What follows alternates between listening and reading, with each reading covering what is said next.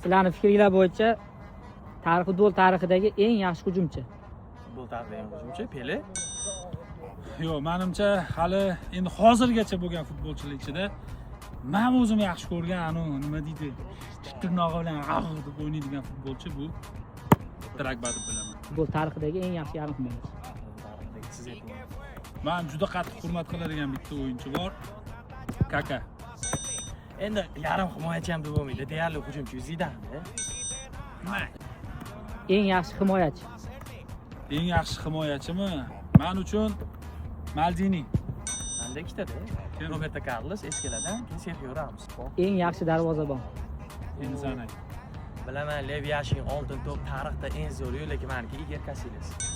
Iker Casillas. Yo'q, men uchun Manuel Neuer. Futbol tarixidagi eng yaxshi futbolchi. Kim? Ronaldo bitta bu. Familiya nimasi ham Ronaldo. Yo'q. Men uchun tarixdagi eng zo'r o'yinchi braziliyalik Ronaldo. Fenomen. Men bilmayman, menimcha hozirgi kungacha tarixdagi eng yaxshi o'yinchi yo'q. Futbol tarixidagi eng yaxshi klub. Asr klubi degan nomni faqat Real olgan. Bilasizmi, Real to'g'rimi? Madrid. Men boshqa klublarni yomonlamoqchi emasman. Hamma klub zo'r menga. Lekin Asr klubi degan nom. Ko'pchilik futbolchilar orzu qiladigan jamoa Real Madrid. UEFA reytingida ham birinchi o'rinda turadi.